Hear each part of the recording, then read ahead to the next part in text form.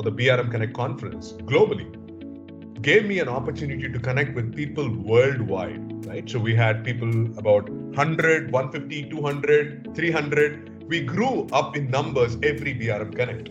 I made a global community. It was like an extended family that you had. So you don't want to kind of lose this opportunity to, play this. And I felt that I instantly found that I was a part of a BRM tribe. So I thought there was a lot of people from government sector, from different domains, high tech, IT, they had a lot in common. And it was such a fascinating experience. And I tell people that once you get stoked in one-time BRM Connect, it will not leave you away.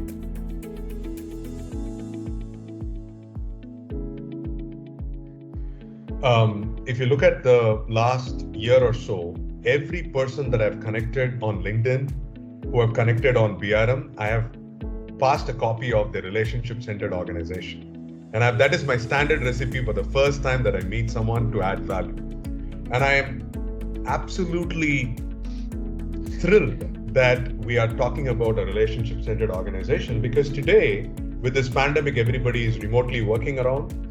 And it's all about human relationship that makes it or breaks it.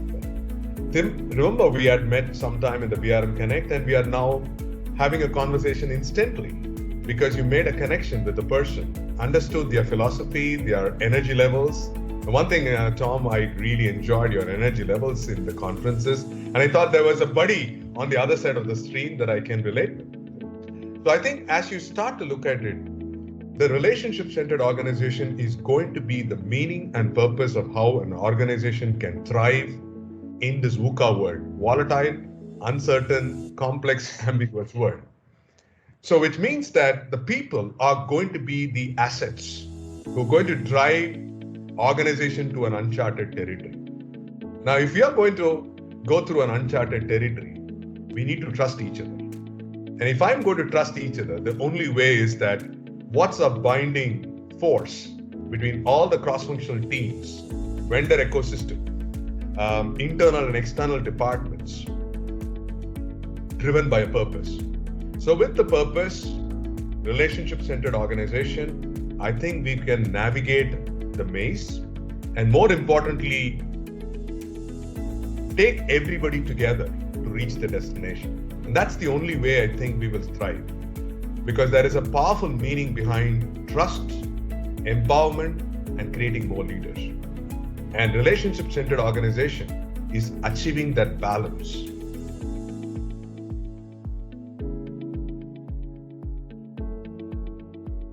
By the way, I think the BRM professional membership is one element where we can brainstorm with the best minds on the earth. I've had several conversations, chats with the online campus. I value the online campus a lot more. And I also love the webinars that gets conducted, because recently they have launched the practitioner series of giving templates. I would not tell you how much it's going to benefit the community, because everybody we talk are saying, do you have a template of a value plan, ideation plan? And people are struggling and they don't want to deal with the whole wheel. And this is a perfect example of a collaborative effort where everybody, whether you are a knowledge provider, you are a consultant, you are a government agency, everybody is chiming in. So we are not competing. We are delivering and producing valuable content to do that. I also love the volunteering approach in terms of people joining hands to build a body of knowledge, having opportunities to bring in more people to be a part of the ecosystem, the conferences that we attend. I think there's a whole lot of things I can talk about in BRM Institute. And the blogs that we write, and sometimes I cascade it to a lot of people. There was one thing which was very good about SAFE and BRM, how do they relate with each other? A lot of people are thinking, okay, BRM, it might work in other sectors, but how is technology working and adapting? I think there's a lot of resources of practitioners sharing insights on blogs, webinars, and conferences, and you connect with people instantly. So there's a lot more of think tank available in the online campus and the membership. that I think you put it into judicious use and you get a lot of discounts for your conferences. So why would I leave this one? And it's such a good tribe. You never want to let you go.